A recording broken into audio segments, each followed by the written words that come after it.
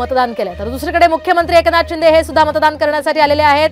आपण पाहतोय श्रीकांत शिंदे हे निवडणुकीच्या रिंगणात आहेत कल्याण डोंबिवली मतदारसंघामधून आणि याच पार्श्वभूमीवर मुख्यमंत्री एकनाथ शिंदे आपल्या परिवारासह मतदान करण्यासाठी आलेत।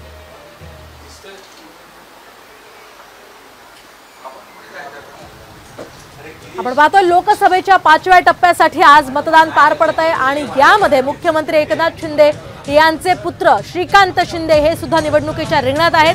त्याच पार्श्वभूमीवर आपल्या विजयाचा विश्वास व्यक्त केलेला आहे श्रीकांत शिंदे यांनी। श्रीकांत शिंदे यांच्या विरुद्ध वैशाली दरेकर या उमेदवार आहेत, त्यामुळे या लढतीकडे सर्वांचं लक्ष लागलेलं असताना या ठिकाणी वारंवार आरोप प्रत्यारोप टीका टिप्पणी दोन्ही पक्षांकडून केली जाते। शिवसेना विरुद्ध शिवसेना असाच हा सामना खरं तर आहे असंच म्हणावं लागेल, कारण ठाकरे गटाकडून वैशाली दरेकर या निवडणुकीच्या रिंगणात आहेत, तर दुसरीकडे श्रीकांत शिंदे हे तिसऱ्यांदा आपलं नशीब आजमावणार आहेत। त्यामुळे जनतेचा कौल नेमका कुणाच्या पारड्यात पडणार हे पाहणं अतिशय महत्त्वाचं असणार आहे। या ठिकाणी श्रीकांत शिंदे यांचं त्यांच्या मातोश्रींकडून औक्षण करण्यात येत आहे। त्यांच्या पत्नी सुद्धा या ठिकाणी आपल्याला दृश्यांच्या माध्यमातून दिसत आहेत। आज श्रीकांत शिंदे यांचं या ठिकाणी औक्षण करण्यात येत आहे।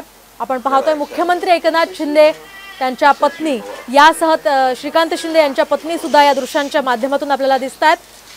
श्रीकांत शिंदे यांची उमेदवारी जाहीर करण्यामध्ये खरं तर काहीसा विलंब झाल्याचं सुद्धा बोललं जात होतं। या ठिकाणी ही जागा कल्याण डोंबिवलीची जागा भाजपला हवी होती। भाजपच्याच काही पदाधिकाऱ्यांचा सुद्धा श्रीकांत शिंदे यांच्या उमेदवारीला विरोध होता, मात्र तरी सुद्धा मुख्यमंत्री एकनाथ शिंदे हे ही जागा आपल्या पारड्यात पाडून घेण्यासाठी यशस्वी झाले आणि अखेर श्रीकांत शिंदे यांची उमेदवारी देवेंद्र फडणवीस यांनीच घोषित केली आणि आता श्रीकांत शिंदे निवडणुकीच्या रिंगणात आहेत। त्याच पार्श्वभूमीवर त्यांचं औक्षण या ठिकाणी केलं गेलेलं आहे आणि आता मुख्यमंत्री शिंदे हे माध्यमांशी कदाचित संवाद साधतील।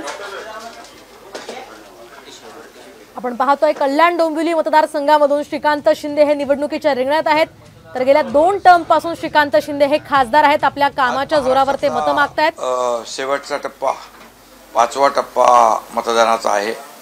सकाळपासूनच मतदार उत्साहामध्ये मतदानाला उतरलेत। माझं सगळ्यांना आवाहन आणि विनंती आहे की लोकशाहीच्या या उत्सवामध्ये आपण सगळ्यांनी सहभागी व्हावं।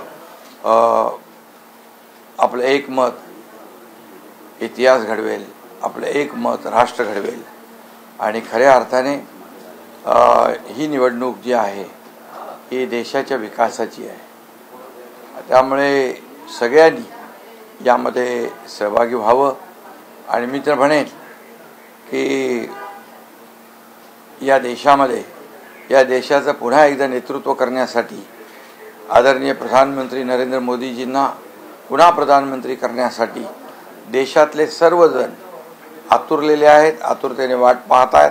महाराष्ट्रामध्ये देखील एक वातावरण पाहत असताना लोकांच्या प्रतिक्रिया मी बघितल्या की देशाच्या विकासासाठी देश घडवण्यासाठी ही निवडणूक आणि मतदान आम्ही करतोय। त्यामुळे खूप मोठ्या प्रमाणावर लोकांनी घराबाहेर पडावं, अगदी ऊन व्हायच्या आधी मतदान करावं आणि आपला मतदानाचा पवित्र हक्क या ठिकाणी बजवावा, अशा प्रकारची माझी नम्र मतदारांना विनंती आहे। आपले जे काही विरोधक आहेत ते आता आरोप प्रत्यारोप सुरू करू लागलेले आहेत की काही पाचपाखाडीमध्ये काही बाहेरची लोक आलेली आहेत, बोगस मतदान होऊ शकतं, काही ठिकाणी ईव्हीएम बंद पडले आहेत, त्याच्यावर देखील संशय व्यक्त केला जातो। मी आत्ताच कलेक्टरना फोन केला होता। नौपाड्यातलं एक ईव्हीएम 1 तास काहीतरी बंद पडलं आणि ते तात्काळ सुरू करण्याच्या सूचनाही दिलेल्या आहेत आणि त्या बाबतीमध्ये योग्य ती खबरदारी घेण्याच्या सूचना दिलेल्या आहेत। खरं म्हणजे सकाळीच किंवा रात्रीच अशा प्रकारचं वक्तव्य करणं, बोगस मतदार आणण्याची आम्हाला आवश्यकता काय? आज संपूर्ण मतदार जो आहे आज महायुतीच्या प्रेमात आहे। आज आम्ही ठाण्यामध्ये जे काम केलं आहे, ठाणे हा शिवसेनेचा धर्मवीर आनंदीगे साहेबांचा बालेकिल्ला आहे। या ठाण्यावर शिवसेना प्रमुखांनी प्रेम केलेलं आहे। या ठाण्यासाठी मी गेले अनेक वर्ष काम करतो। या ठाणे हा महायुतीचा शिवसेनेचा बालेकिल्ला आहे। त्यामुळे इथं मतदार स्वेच्छेने स्वतः आजच्या 20 तारखेची वाट पाहत होते। त्यामुळे ज्यांनी वक्तव्य केलं आहे त्यांनी हत्यारं खाली टाकलेली आहेत। पराभवाची चाहूल त्यांना लागलेली आहे आणि जेव्हा पराभव दिसतो त्यावेळेस मग अशा प्रकारची वक्तव्य लोकांकडून ऐकू येतात. त्यामुळे कोणाच्या बोलण्याकडे मी काही लक्ष देत नाही. मी एवढंच सांगतो की सगळ्यांनी मतदान करा. लोकशाही